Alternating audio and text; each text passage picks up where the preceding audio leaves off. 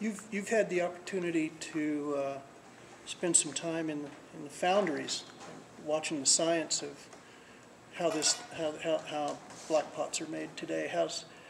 How was that experience for you? What'd you learn from that? Well, I used to cook like everybody else, and that's not a bad thing because you have to realize that when you're using cast iron, there's a lot of old wives' tales out there. When you're cooking with cast iron, I was always told I could never put soap in them, and I always told you had to oil them heavy to put them away. And I was told you could put them right in the fire, but when you put them in the fire, I don't know about you guys, but I don't build a 350-degree campfire. I want to see mine. It's probably 1,500 degrees or better. So it's too hot for a cast iron pot. So when I'm cooking with cast iron, the foundries taught me, the engineers and the chemists and that, told me that there's a secret to cast iron. This is actually a crock pot pressure cooker. So when you're cooking with cast iron, the ones with the lids on, if you keep your heat on the outside edges instead of putting anything right in the middle, because heat automatically conducts to the center of your cast iron pot. So when you're cooking with cast iron, if you keep that heat in a circle around the outside edge, and then on top it doesn't really matter, but heat still conducts to the center, so even if you put them in a circle on top, if we don't get them too hot too fast, they won't crack. If you don't get them too cold, when they're hot, don't put them in real cold water. Tepid water out of the sink won't hurt them, but cold water in a crick would crack them. I've seen somebody stick a griddle in a crick and seen it shatter in 1,000 pieces. So it's there's a little bit of an art to it, but everybody's kind of afraid of them. But it's probably, I think, one of the easiest ways to do it. I give a challenge to everybody in my classes. I always tell them, take your cast iron pot, put it on the stove, warm it, oil it, put your food in, put the lid on. It's got legs on it, set it on a cookie sheet, slide it in the oven, turn the oven on to 300 and wait for the smell. That's all there is to it. It's just that simple. The slower you cook them, the more tender your meats, the better your vegetables maintain their color. What loses color in vegetables is to boil them. When you boil them, the color is burnt right out of them, so their vitamins and nutrients, you just boil it right out. So the slower you cook with these, the better they are. Colleen, I know your family is heavily involved in Dutch oven cooking as well.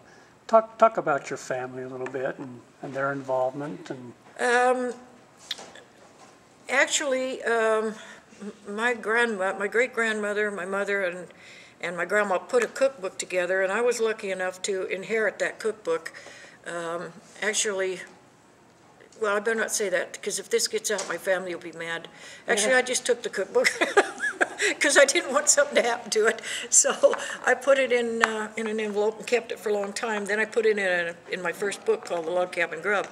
But my family has all cooked. My brother Norman is really big into the Dutch ovens because he's a scoutmaster too. And my brother Charlie does a little bit. He's more of a fry pan person. He loves the iron fry pans. My sister Sheila has the iron fry pans.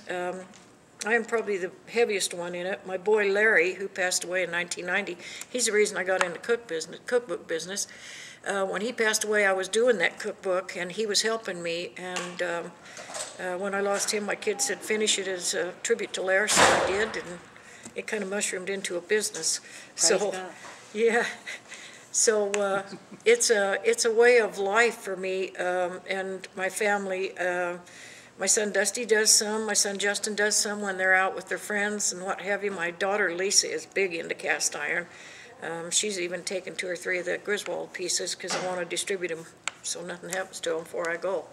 But my family's all big into it. It's just been a way of life for us. We were raised on a farm out by Promontory Summit where the railroads joined. I was actually born in California, but that's another part of history. I'm glad my mom and dad came to Utah when I was about 18 months old, because I don't remember a lot of that part down there, or any of it actually. So yeah, I've been around the history. Utah is a big state for cast iron. Utah and Idaho sell more cast iron actually than all the other 48 states put together.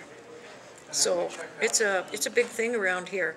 And then, of course, Utah's legislature had time. I don't know where, but they found time. When you got a shortfall on the budget, you should be on the budget. But we got the iron pot as our as our state cooking pot. So cast iron's been here a long time.